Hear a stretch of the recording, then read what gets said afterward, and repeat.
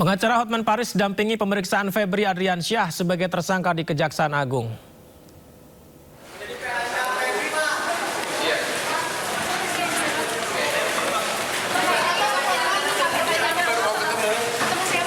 Pengacara Hotman Paris Hutapea telah ditunjuk sebagai kuasa hukum mantan Jaksa Agung Muda bidang tindak pidana khusus Febri Adriansyah.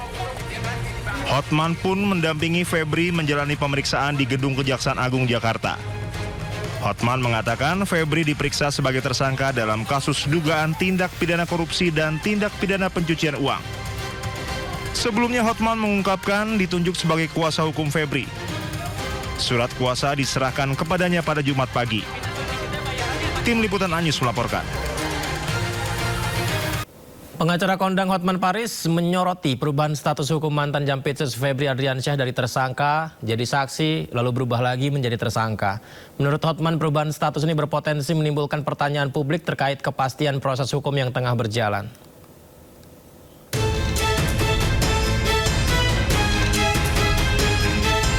Dalam satu hari, status hukum ex-Jampitsus Febri Adriansyah berubah sebanyak 2 kali. Dari tersangka menjadi saksi, lalu diralat kembali jadi tersangka lagi. Rabu sore, Kejagung menerbitkan 3 sprindik baru dan mengumumkan status Febri Adriansyah sebagai saksi. Hal ini jelas berbeda dari Polri yang menetapkan status Febri Adriansyah sebagai tersangka pada 11 Juli lalu. Tidak gugur, tapi kan kita sprindik dulu, terbit. Tidak gugur, yang penting kita terima dulu, kita pelajari semua. Berarti berdasarkan sprindik yang dikeluarkan Kejagung artinya kemudian dalam pertimbangan kita termasuk sprindik dari Polri.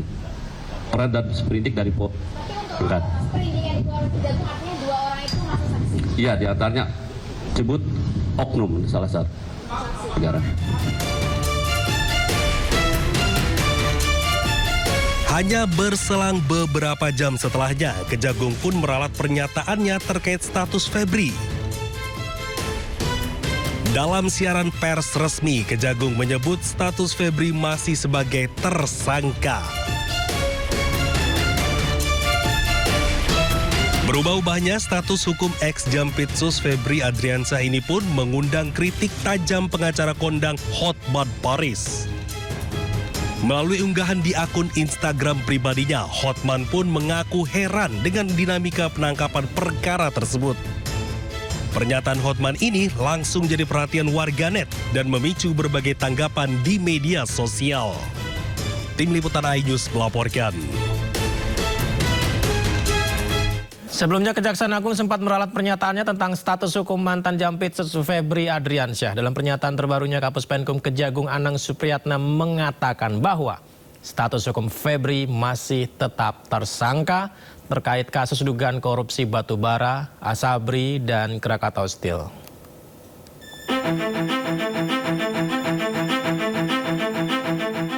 Kejaksaan Agung menerbitkan 3 surat perintah penyidikan atau sprindik setelah penyerahan perkara dari Kortas Tipikor Polri terkait kasus dugaan korupsi batubara, Asabri, dan Krakatau Steel yang melibatkan ex-Jampitsus Febri Adriansyah.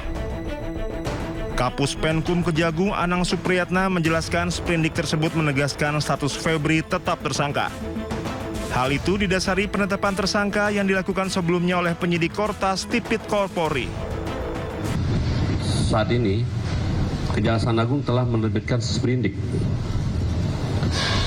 sebanyak 3 sprindik. Ada 3, yaitu terkait sprindik nomor 43, dugaan tindak pidana korupsi dan TPPU untuk PT Krakatau. Yang kedua, sprindik nomor 44, dugaan tindak pidana korupsi untuk perkara PLTU PLN yang bailout. Ketiga, sprindik 45 terkait dengan Asabri, sebagaimana laporan bisa yang kita terima dari penyidik Polri. Jadi sudah dibentuk, dan semenjak diterbitkan sprindik, maka segala kegiatan dan tindakan-tindakan yang bersifat pro justisia sudah beralih kepada penyidik kejaksaan. Dalam proses penyidikan ini, Anang memastikan kolaborasi antar lembaga termasuk supervisi dari KPK dan pengawalan dari legislatif. Kejagung juga telah membentuk tim khusus beranggotakan 9 orang menangani perkara tersebut. Sebagian besar dari 9 orang tersebut pernah bertugas di KPK. Tim Liputan Anyus melaporkan. Sementara itu, Ketua Masyarakat Anti Korupsi atau MAKI Boyamin Saiman mengaku kecewa meski berstatus tersangka, ex-Jampitsus Febri Adriansyah belum juga ditahan. Ia pun berencana mengajukan pra-peradilan dan menggugat Kejaksaan Agung terkait penundaan penahanan ini. Saya ya kecewa, kenapa kalau ini sudah ditetapkan tersangka, sudah ada surat perintah penyidikan, sudah ada barang bukti dan juga alat bukti, kemudian tidak dilakukan penahanan. Maka nanti ya gantian saya mengajukan gugatan kepada Kejaksaan Agung karena tidak segera melakukan penahanan terhadap tersangka-tersangka, dalam hal ini FA misalnya gitu.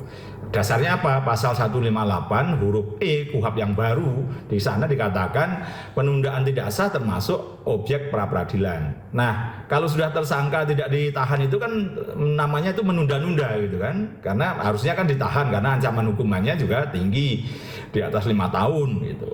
Nah, itulah harapan saya segera dilakukan penahanan.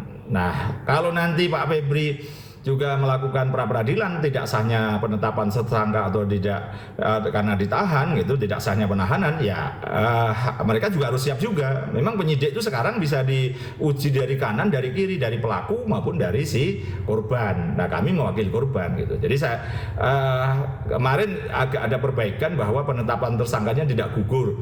Nah, itu kan di kepolisian, tapi di tingkat penyidik Kejaksaan Agung sudah ada nggak surat penetapan tersangka yang administrasinya dibuat benar, misalnya juga diberitahukan kepada si tersangkanya. Nah, justru itulah kita tunggu seminggu ini, 2 minggu lah maksimal, nanti akan kita gugat pra-peradilan jika itu kemudian tidak ada. Kejaksaan Agung telah membentuk tim penyidik khusus untuk mengusut perkara yang menyeret Febri Adriansyah. Tim penyidik khusus bentukan Kejagung diisi 9 jaksa senior yang mayoritas pemirsa merupakan alumni KPK.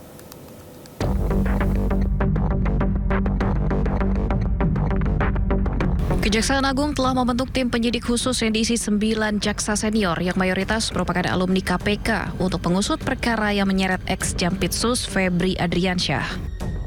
Pembentukan tim 9 ini ada dalam sprindik baru yang sifatnya khusus yang telah dikeluarkan Kejaksaan Agung.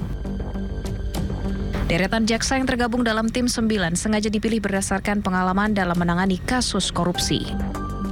Dalam sprindik baru, kami terbitkan makanya sprindik yang sifatnya khusus, kita bentuk tim khusus. Ini terdiri dari 9 orang. Yang jelas sebagian besar penyidik-penyidik ini yang berasal mantan alumni KPK. Jaksa-jaksa yang pernah bertugas di KPK. KPK menyambut baik pembentukan tim khusus untuk menangani perkara dugaan korupsi dan tindak pidana pencucian uang atau TPPU yang menjerat ex-Jampitsus Febri Adriansyah. KPK meyakini para alumni itu memiliki track record yang baik selama bertugas di KPK, hingga mereka pasti mampu menuntaskan perkara tersebut.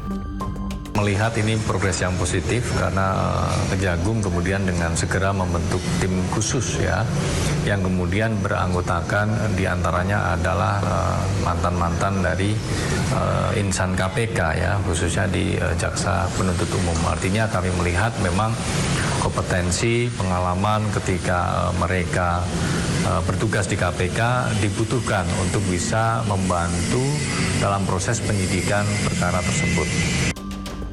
Usai dilimpahkan dari kepolisian, Kejagung telah mengeluarkan 3 sprindik baru dalam mengusut kasus Febri. Kejagung menegaskan tim 9 ini nantinya yang akan bertugas mengusut lebih jauh perkara korupsi yang melibatkan mantan Jampitsus tersebut. Tim Liputan iNews melaporkan.